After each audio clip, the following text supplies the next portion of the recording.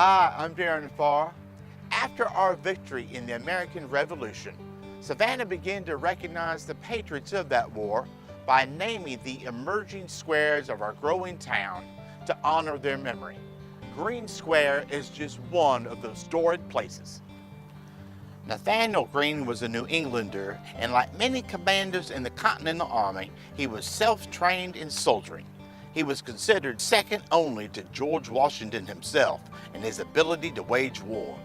In December 1780, Greene was appointed to command the Continental Army in the Southern Theater of the Revolutionary War, after previous commanders had already lost both Savannah and Charleston to the British forces under General Charles Cornwallis.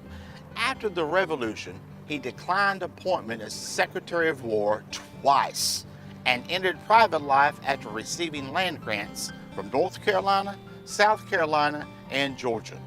He sold some of the lands but took up residence just outside of Savannah at Mulberry Grove Plantation, his gift from Georgia. But life in the South proved to be ill-fated, as he soon died from heat stroke at the young age of 43. Many places in the United States are named after Greene, including Greenville, South Carolina, and Greensboro, North Carolina.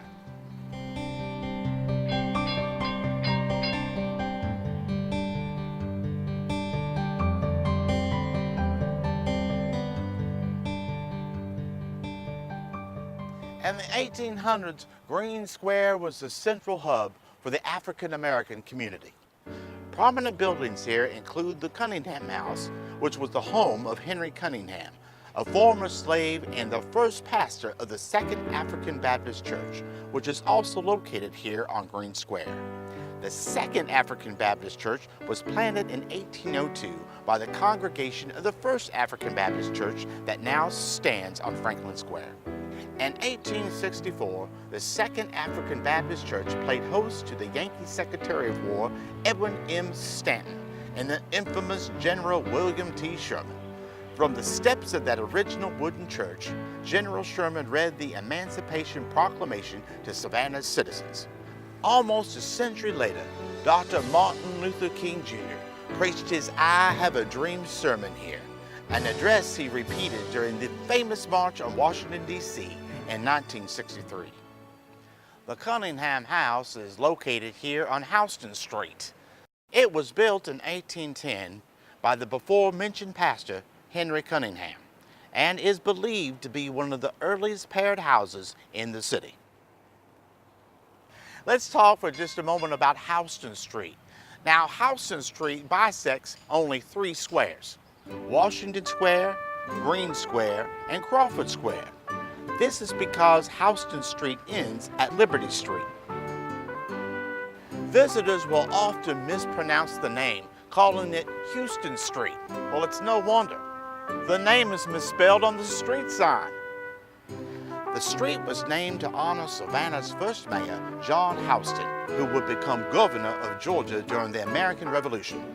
At some point, the signs began to read Houston, but nobody seems to know why. Some speculate that the spelling error occurred due to the popularity of Sam Houston, whose name was given to the city of Houston, Texas. The architecture here is utterly charming. Just look at these houses located on State Street, just right across from the church.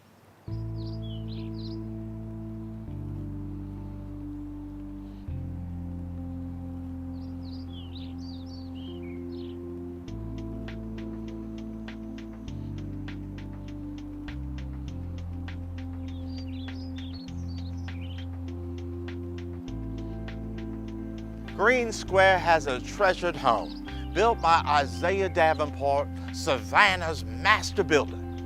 A native of Rhode Island, Isaiah Davenport arrived in Savannah after completing his apprenticeship as a builder.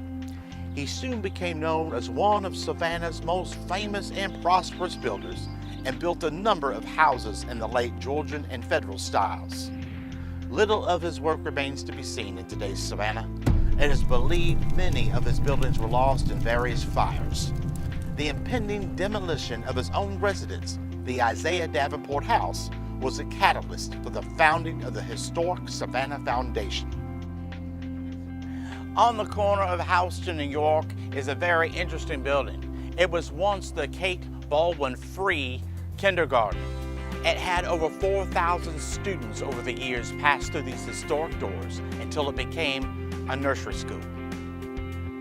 Greene Square has certainly played an important role in the history of Savannah, and it is sure to endure for many years to come.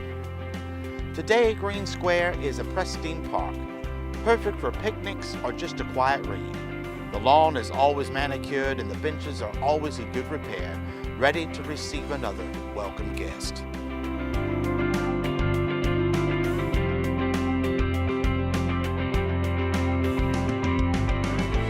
That concludes our tour of Greene Square. Be sure to visit our website at localliving.savannah.com or check out the YouTube channel where you'll be able to see more videos of beautiful, historic Savannah, Georgia.